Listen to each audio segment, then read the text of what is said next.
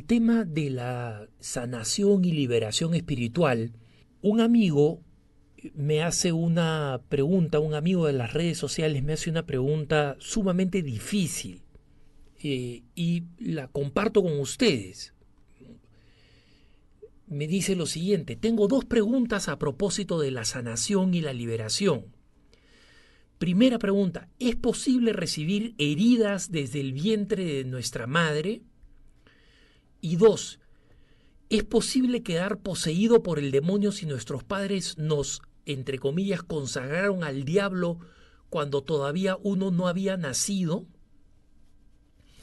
Y aquí vamos a separar las dos preguntas porque son dos preguntas completamente distintas, ¿no? Heridas en general es un concepto más fácil de manejar. El de quedar endemoniado por una suerte de consagración del no nacido al demonio, ¿no?, es otro tema muy distinto. Vayamos al primero, al de ¿es posible recibir heridas desde el vientre de nuestra madre? La respuesta es sí. El tema queda claro cuando nosotros vemos que, por ejemplo, hay niños que nacen adictos y que tienen que ser curados de la adicción porque la madre ha consumido drogas durante el embarazo. Y no es tan sencillo como eso, o en el caso del alcoholismo.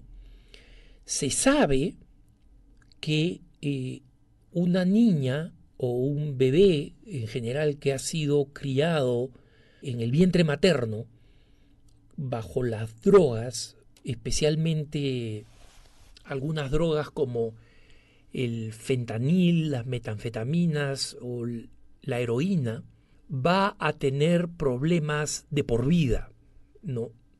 Esos problemas varían mucho, son distintos, pero es obvio que una persona en el vientre de la madre carga muchas heridas.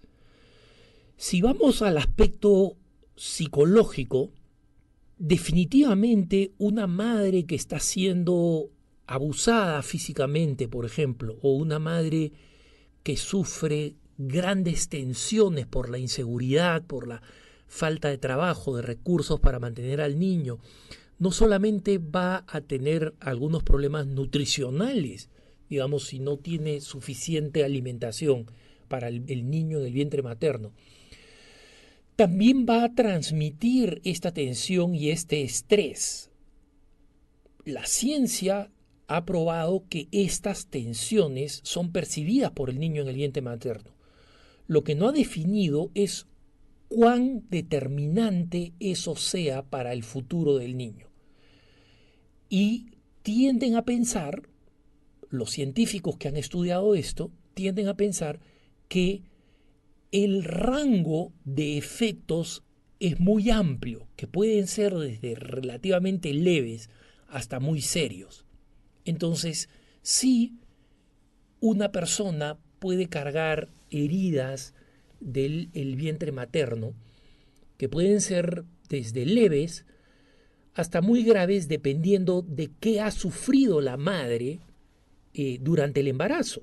Y mientras más ha sufrido, por supuesto, más probabilidades de que haya algún efecto negativo. Lo más seguro es que este efecto negativo sea un efecto biológico o psicológico, emocional, ¿no?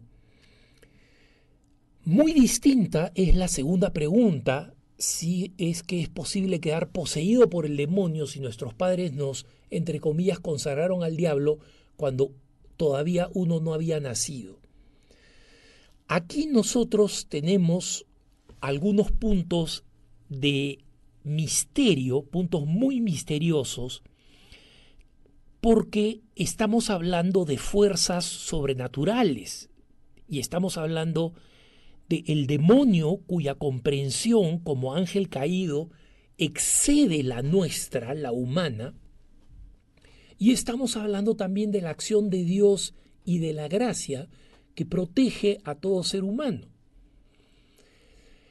Lo que nosotros sabemos por la moral católica es que nadie puede ser completamente poseído por el demonio si no hay un acto de consentimiento o de asentimiento a esa invasión demoníaca. Puede ser de una milésima de segundo, puede ser en un momento de debilidad, puede ser en un momento de borrachera, puede ser en un momento de efecto de las drogas, pero si hay un acto de libertad, aunque sea microscópico, de aceptación, se produce este acto y de posesión. Sin embargo, nosotros sabemos que la posesión es la peor forma de invasión del demonio, pero existen también obsesiones, existen infestaciones, perturbaciones, existen otras formas de acción del demonio que afectan a la persona, y esta persona no necesariamente tiene que haber dado consentimiento. Y aquí es donde viene el misterio. Si Dios cuida de toda alma y tenemos un ángel custodio para vigilarla, ¿cómo pueden darse casos de posesión que parecen ser producto de la maldad de otros, de terceros? A esta pregunta, los grandes exorcistas que han escrito sobre el tema, como el padre Amorth, por ejemplo, que es muy conocido, o el padre Fortea, señalan que ellos no tienen una respuesta de cómo se produce esto. Saben que existe el origen en la maldad de una tercera persona, en conjuros, convocaciones de Satanás, que terminan afectando a personas aparentemente inocentes y que no han tenido culpa, ellos no han sido quienes han convocado al demonio ni nada por el estilo. Ha sucedido en personas inocentes, incluso en santos, como Santa Gema Galgani, por ejemplo. Entonces, esta es una cuestión misteriosa y ellos saben, los exorcistas, que les corresponde luchar contra el demonio a través de actos de exorcismo que en muchas ocasiones duran mucho tiempo para poder liberar esas almas. Entonces, ¿es posible? Frente a la pregunta, la segunda pregunta de este hermano, es posible. La experiencia de los exorcistas así lo señala. ¿Cómo? ¿Cómo puede suceder? Puede suceder esto incluso sobrepasando la libertad de la persona humana. Es un misterio, no lo sabemos.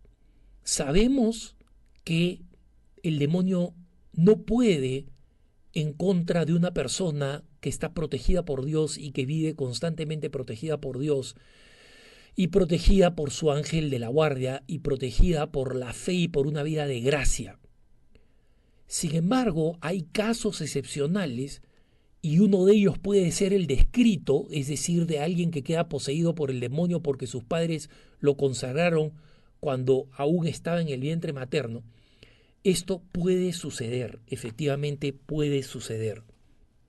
Y es absolutamente misterioso, lamentable, terrorífico.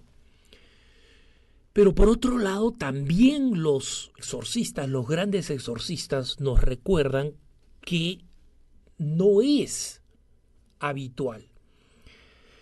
Que lo que es habitual y lo que se está popularizando es el episodio de posesión demoníaca que es producto de actos de brujería, como leer la ouija o consultar cartas o hacer actos de quiromancia, de cartomancia, de tratar con adivinos, con brujos, y que estas son las razones por las cuales el número de personas poseídas se incrementa, especialmente entre los jóvenes que han perdido el norte de su fe y consideran que estos actos de consultar fuerzas malignas es un deporte o no tiene consecuencias, y lamentablemente las tiene.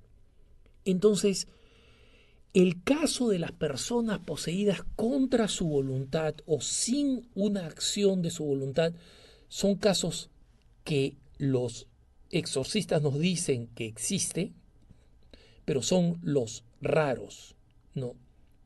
Y es importante señalar que es una rareza porque en muchas de las ceremonias de supuestas liberaciones intergeneracionales, prácticamente se da por descontado que todo el mundo tiene una maldición maligna, y esa es una forma peligrosa de jugar con el demonio.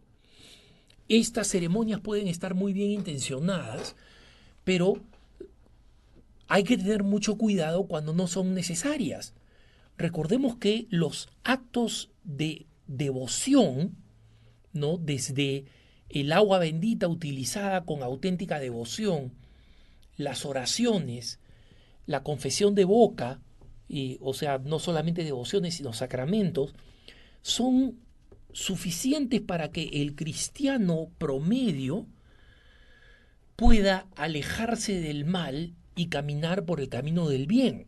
El exorcismo es un acto importantísimo. Sabemos que hay casos de posesión y que estos aumentan. Sabemos que hay escasez de exorcistas. Pero no podemos caer en el vicio o en la tentación de creer que todos los casos son casos de exorcismo, que todos los casos son casos de liberación, y que algunos vicios de algunas personas que podrían ser hereditarios físicamente, biológicamente, como el alcoholismo, por ejemplo, se van a curar con oraciones de liberación. No es así. El alcoholismo es una adicción y requiere de un camino concreto. Existen personas, yo he conocido personas con adicciones serias que de pronto, de seco, han dejado esas adicciones. Sí, sí las he conocido. Y muchas de ellas no han sido producto de un milagro, sino producto de una decisión de voluntad. Pero son las que menos. Y por eso que el camino de los 12 pasos y otros recursos que son compatibles con el cristianismo son buenos para atacar estos vicios, defectos o adicciones de las personas. Pero lo importante es que con la gracia, con el estado de gracia, saber que estamos protegidos de la acción del maligno. Que tengas un buen día.